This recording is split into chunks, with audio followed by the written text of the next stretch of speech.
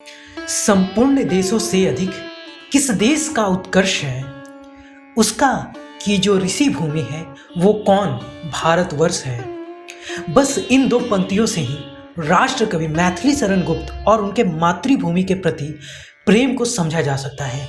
आज उसी माँ भारती के प्रिय सपूतों में से एक मैथिली शरण गुप्त का जन्मदिवस है। उनके बिना हिंदी साहित्य हमेशा अधूरा रहेगा। चाहे बात मातृभूमि की हो, राष्ट्रवाद की हो, नारी उत्थान की हो या फिर महिलाओं के वेदना को समझने की, तो शायद उनसे बेहतर कवि कम ही होंगे। उनकी लेखनी से ही तो प्रभावित होकर राष्ट्रपिता महात्मा गांधी ने उन्हें राष्ट्रकवि तक बता दिया था। कई ऐतिहासिक और दिल को छू लेने वाली रचनाएं उन्होंने लिखी जो आज भी अमर है। मैथिली शरण गुप्त जैसा दूसरा कोई नहीं था और कदाचित कोई ना होगा। उनके जन्म दिवस पर कोलकाता के साहित्यकारों ने उनके बारे में कई सुनी अनसुनी बातें बताई। मेरा नाम डॉक्टर सत्या उपाध्याय, मैं कलकत्ता गर्ल्स कॉलेज की प्राचार्य प्रिंसिपल हूँ और मैंने यहाँ 2016 में ज्वाइन किया है। 2016 से मैं यहाँ प्रिंसिपल हूँ। इसके पहले मैंने 24 साल तक विद्यासागर कॉलेज फॉर वीमेन में हिंदी प्राध्यापक के रूप में कार्य किया था। उनके साहित्यिक गुरु जो थे महावीर प्रसाद द्विवेदी जी, उनकी भाषा का उन पर कितना प्रभाव पड़ा? अच्छा, जैसे आपका प्रश्न है कि आज मैथिली शरण गुप्त का जन्मदिन है और 3 अगस्त 1886 में उनका जन्म हुआ था। और आपने बहुत अच्छा प्रश्न पूछा है कि महावीर प्रसाद द्विवेदी का उन पर कितना प्रभाव है। एक तरह से महावीर प्रसाद द्विवेदी उस समय के जितने कवि या लेखक थे उनके भाषाई गुरु थे, क्योंकि हिंदी भाषा के सुधार में, हिंदी व्याकरण के सुधार में और खड़ी हिंदी बोली के सुधार में महावीर प्रसाद द्विवेदी का बहुत बड़ा योगदान रहा है। और अपनी सरस्वती पत्रिका के माध्यम से उन्होंने हिंदी भाषा का, खड़ी हिंदी बोली का संस्कार किया था। मैथिली शरण गुप्त ने जब लिखना शुरू किया था, काव्य लिखना शुरू किया था, तो मैं पहले बता दूं कि 12 साल की उम्र में उन्होंने कनकलता नाम से एक कविता लिखी थी जो ब्रज भाषा में थी। लेकिन महावीर प्रसाद द्विवेदी के सुझाव पर और उनकी प्रेरणा से उस समय के कवियों और लेखकों ने खड़ी बोली में कविता लिखना प्रारंभ किया था। और वे उनकी भाषा को सुधारते भी थे, उनके एक तरह से गाइड थे और उन लोगों को उत्प्रेरित भी किया करते थे। तो उनका बहुत असर है उन पर। और एक दूसरी चीज़ है कि साहित्य के क्षेत्र में महावीर प्रसाद द्विवेदी का सिर्फ मैथिली शरण गुप्त पर ही नहीं बल्कि उस समय के बहुत सारे लोगों पर उनका प्रभाव है। मैम, उनकी जो काव्य कृति थी भारत भारती, तो उससे उनकी सोच कितनी उभर कर सामने आ पाती? अच्छा, भारत भारती की रचना मैथिली शरण गुप्त ने 1912 में या 1913 में की है। तो 1912-13 में मिलता है कि वो उनकी रचना प्रकाशित होकर के आई। और भारत भारती जिस समय लिखी गई है उस समय का भारतीय राजनीतिक परिदृश्य जो था, स्वतंत्रता का आंदोलन अपने चरम पर था और बंग भंग आंदोलन हो चुका था। और भारत भारती में सबसे पहले एक छंद है जिसे हम लोग बहुत याद करते हैं, कहते हैं, और सबको प्रायः हिंदी पढ़े लिखे लोगों को ये याद होगा कि हम कौन थे, क्या हो गए हैं और क्या होंगे अभी, आओ विचारें आज मिलकर ये समस्याएं सभी। यद्यपि हमें इतिहास अपना प्राप्त पूरा है नहीं, हम कौन थे इस ज्ञान का फिर भी अधूरा है नहीं। तो भारत भारती की रचना जिस उद्देश्य से उन्होंने की थी वह पूरा उद्देश्य उनका सफल है। और मैं एक बात बता दूं, भारत भारती में अतीत खंड, वर्तमान खंड और भविष्यत खंड से जो उन्होंने लिखा है कि भारत की भारत का जो सांस्कृतिक सामाजिक परिवेश रहा है और जिस तरह से मुस्लिम आक्रमण के बाद, अंग्रेज़ी आक्रमण के बाद भारतीय संस्कृति को विध्वंस करने का प्रयास किया गया, उसको हीन मन्य दिखाने का प्रयास किया गया, उन सारी बातों को खोलकर और उसके संदर्भ सहित उन्होंने उसमें अंकित किया है। और भविष्यत खंड में वर्तमान में उसकी दुर्दशा दिखाई है और भविष्य में एक सपना देखा है कि हमारा आने वाला भारत कैसा होगा। तो भारत भारती सिर्फ उस समय के लिए नहीं, मैं तो समझती हूँ आज के परिवेश में भी भारत भारती की अपनी प्रासंगिकता है और वह पढ़ा और पढ़ाया जाना चाहिए। देखिए, मैथिली शरण गुप्त को बनाने में महावीर प्रसाद द्विवेदी का बहुत बड़ा योगदान है। और जब उन्होंने 1907 में अपनी कविता हेमंत भेजी थी छपने के लिए, तो अपने आप में एक बड़ी बात थी सरस्वती पत्रिका में छपना। तो महावीर प्रसाद द्विवेदी हिंदी खड़ी बोली के विकास में जो उनका योगदान था, वह उसके एक तरह से वाहक के रूप में उसका मैसेंजर के रूप में मैथिली शरण गुप्त सामने आते हैं। और ताउम्र पूरी ज़िंदगी उन्होंने खड़ी बोली भाषा के विकास को लेके अपनी जो अवधारणा थी उसको प्रकट किया। अब देखिए, उनके पूरे साहित्य में भाषा के बनने की प्रक्रिया थी। जिस दौर में मैथिली शरण गुप्त का लिखना शुरू हुआ, वह उस खड़ी बोली भाषा के बनने का दौर था।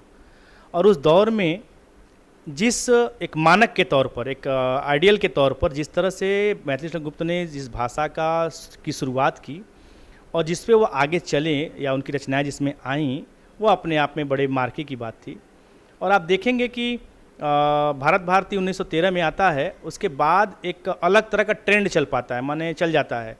जितने लोग नए कवि के रूप में होते हैं या कवि बनने की इच्छा रखते हैं या कवि की सोच रखते हैं, वह एक तरह से मैथिली शरण गुप्त को फॉलो करने लगते हैं, उनकी रचना शैली को, उनकी भाषा को। और इतना प्रचार प्रसार होता है मैथिली शरण गुप्त की भारत भारती का कि महात्मा गांधी ने राष्ट्र कवि की उपाधि दे दी। माने अपने आप में एक राष्ट्रपिता, एक राष्ट्र कवि की उपाधि दे रहा है। तो ये दोनों कैसे एक राष्ट्र का निर्माण कर रहे हैं, यहाँ दिखाई पड़ता है। तो महावीर प्रसाद द्विवेदी ने निसंदेह उनको एक क्या कहते हैं, पॉलिश किया और उनके अंदर की काबिलियत को बाहर निकाला। तो निसंदेह वो जौहरी थे। उन्होंने कहा भी था कि मुझे न मिलता महावीर का प्रसाद, तो यह जो उन्होंने कविता के स्वर में कहा भी है। तो वह निसंदेह उनके जीवन में जितनी कविता की बातें आई हैं, वह महावीर प्रसाद द्विवेदी का ही देन है। जो भाषा का विकास, प्रतिभा तो उनमें था ही, लेकिन उस प्रतिभा को अपने विचारों द्वारा, अपने भाव के द्वारा जो पॉलिश करने का काम किया, वह महावीर प्रसाद द्विवेदी ने ही किया था। देखिए, भारत भारती एक तरह से पूरी तरह देखा जाए तो उनकी सोच का ही परिणाम है। उनकी उसी में एक कविता है, उस कविता का हिस्सा एक है कि हम क्या थे, क्या हैं और क्या होंगे। मैंने सोचिए, तीनों चीज़ें बात हैं कि हम पहले क्या थे, हमारा अतीत क्या था, हम कितने महान थे, आज कितने विपन्न हो गए हैं और आने वाले समय में हम क्या दे के जाएंगे। तो यह कवि की परिकल्पना थी। तो भारत भारती हमारे गौरव को, हमारे अतीत के गौरव को, हमारे वर्तमान की समस्या को और आने वाले भविष्य को, तीनों को एक साथ वह प्रस्तुत करता है। इसलिए भारत भारती का महत्व केवल एक कृति के रूप में नहीं, बल्कि हमारे राष्ट्रीय सांस्कृतिक चेतना का एक धरोहर के रूप में भी उसका महत्व है। उनकी जो महाकाव्य थी सातिर, उसके जरिए वो जो संदेश देना चाहते थे, देखिए, बड़ा दिलचस्प मामला है। खूब ध्यान से आप इस बात को समझिए कि मैथिली शरण गुप्त ने उन लोगों को चुना जिन्होंने समाज में एक बड़ा काम किया, लेकिन बड़ा काम करने के पीछे उनके परिवार में उनकी स्त्री, उनकी पत्नी किस रूप में रही होगी, उस पर भी ध्यान दिया। जैसे गौतम बुद्ध, उनकी पत्नी यशोधरा, ठीक है। उसके बाद चैतन्य महाप्रभु, उनकी पत्नी विष्णुप्रिया, ठीक है। उसके बाद कार्ल मार्क्स, उनकी पत्नी जेनी। माने एक जिंदगी में जो साकेत लक्ष्मण, उनकी पत्नी उर्मिला।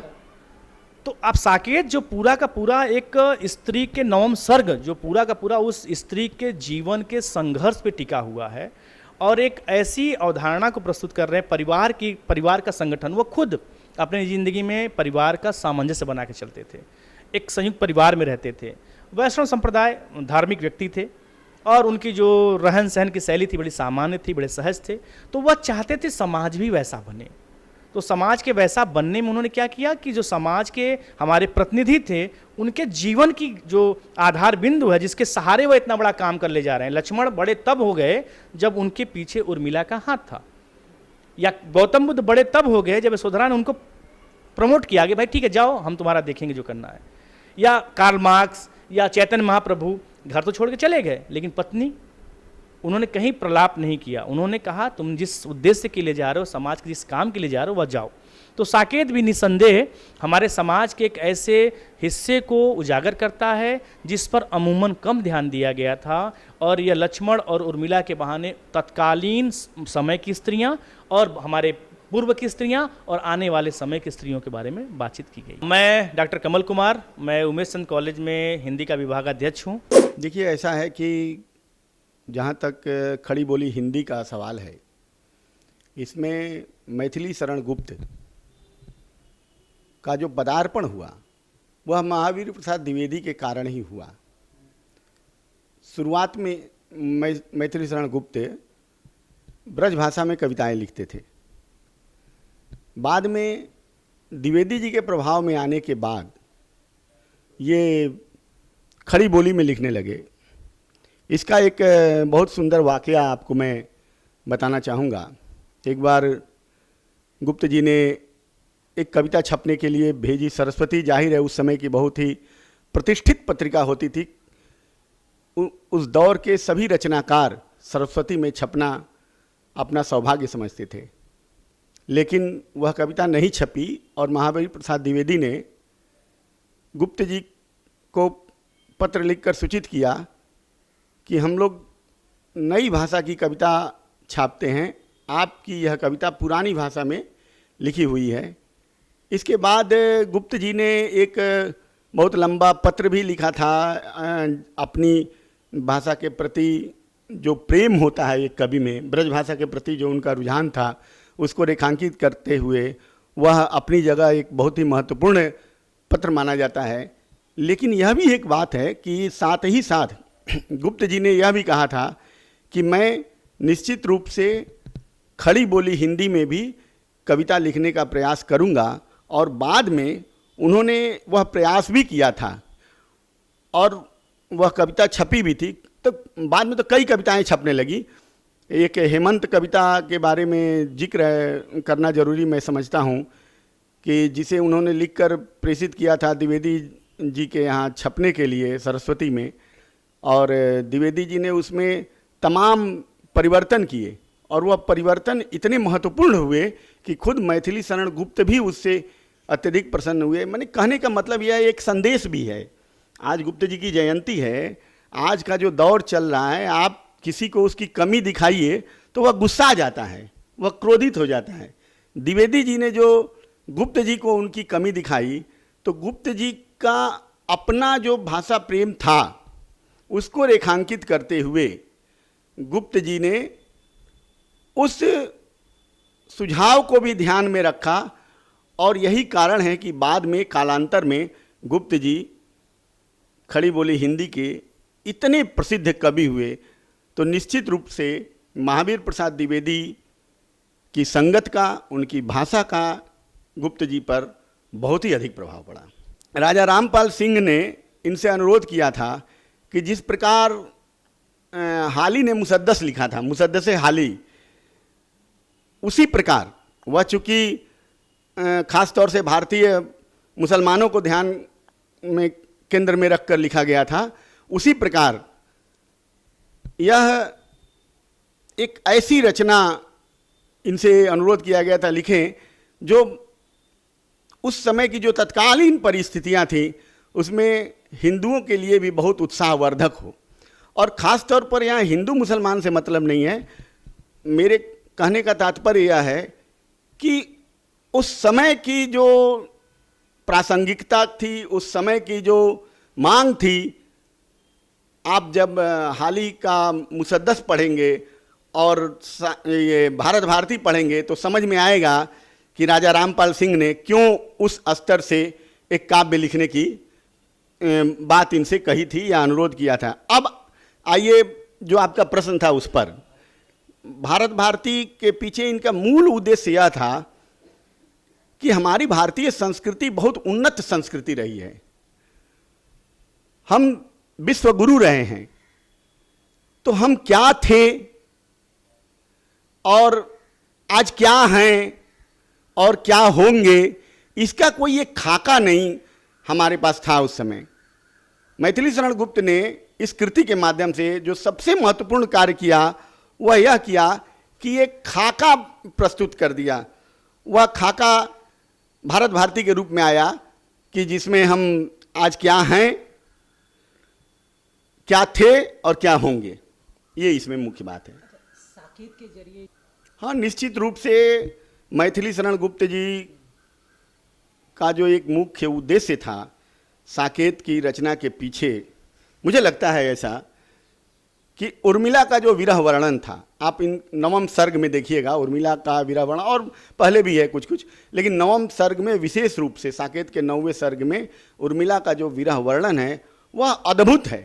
कैकेयी के भी पश्चाताप को इन्होंने बहुत ही एक महत्वपूर्ण तरीके से दिखाया है। 2 पंक्तियां मैं आप लोगों से इसी साकेत पुस्तक से साझा करना चाहूँगा। एक कैकेयी का जो पश्चाताप है, जब राम को मनाने के लिए सब लोग जाते हैं तो चित्रकूट की सभा में देखिए कैकेयी क्या कहती है, गुप्त जी ने कैसे कहलवाया है। थूके मुझ पर त्रैलोक्य भले ही थूके, जो कोई जो कह सके कहे क्यों चूके, छीने न मातृपद किंतु भरत का मुझसे, हे राम दुहाई करूं और क्या तुझसे। कहते आते थे यही अभी नरदेही, माता न कुमाता पुत्र कुपुत्र भले ही, अब कहें सभी है यह हाय विरुद्ध विधाता, है पुत्र पुत्र ही रहे कुमाता माता। बस मैंने इसका बाएं मात्र ही देखा, दृढ़ हृदय न देखा, मृदुल गात्र ही देखा, परमार्थ न देखा, पूर्ण स्वार्थ ही साधा, इस कारण ही तो आज हाय आज यह बाधा, युग युग तक चलती रहे कठोर कहानी, रघुकुल में भी थी एक अभागिन रानी। तो ये जो पंक्तियां हैं वह कैकेयी के अंदर जो पश्चाताप, पुत्र मोह के कारण, पहले तो वह भरत का राज्याभिषेक हो, इसके लिए जो सब प्रयोजन करती है हम सबको पता है, जिसके कारण इतना ये रामायण की कथा इस प्रकार चलती है। लेकिन जब उसे पता चलता है वास्तविक स्थिति का, और राम के प्रति भी उसके मन में, अरे राम को तो वह प्यार करती ही थी, लेकिन अब मंथरा के कारण जो सब परिस्थितियां हुई बाद में, उसे उसका पश्चाताप करते हुए भी गुप्त जी ने दिखाया है। और 2-4 पंक्तियां मैं नवम सर्ग से भी उद्धृत करना चाहूँगा, क्योंकि नवम सर्ग के बगैर साकेत अधूरा है। साकेत की मूल जो बुनियाद है यह नवम सर्ग पर है।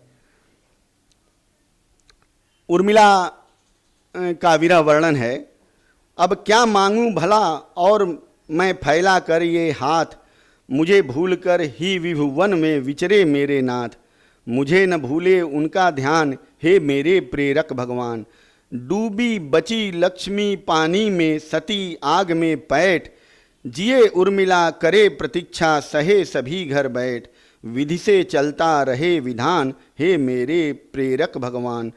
दहन दिया तो भला सहन क्या होगा तुझे अधेय, प्रभु की ही इच्छा पूरी हो जिसमें सबका श्रेय, यही रुदन है मेरा गान, हे मेरे प्रेरक भगवान। कहने का तात्पर्य यह है कि साकेत के माध्यम से मैथिली शरण गुप्त जी ने जिस प्रकार राम काव्य के उपेक्षित पात्रों की व्यथा कथा को और उनके संपूर्ण आयाम को भारतीय जनमानस के समक्ष ही नहीं, वैश्विक समुदाय के समक्ष जिस प्रकार रखा है, वह अपने आप में अनूठा है। डॉक्टर सत्यप्रकाश तिवारी, विभागाध्यक्ष हिंदी विभाग, शिवपुर दीनबंधु इंस्टीट्यूशन कॉलेज।